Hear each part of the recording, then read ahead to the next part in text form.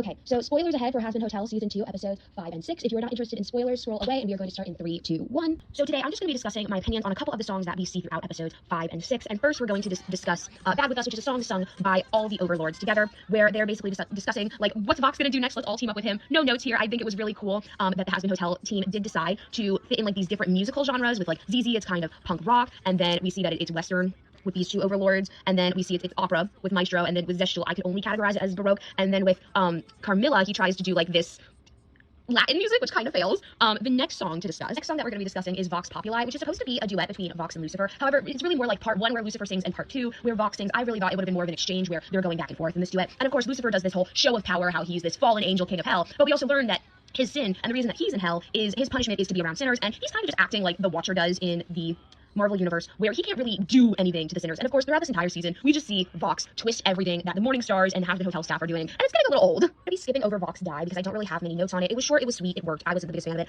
But after that, we get our next song, which is Love in a Bottle, and it is about Husk, and we really kind of get this insight into his gambling addiction as well as his drinking addiction and how it satiates him. He feels like he's a loser, and he feels like he is not worthy of love because he has not loved in so long. And I absolutely love the reference that we get later in the song, where it kind of goes to this black and neon sort of deal. This is definitely a reference to Loser Baby from the previous season.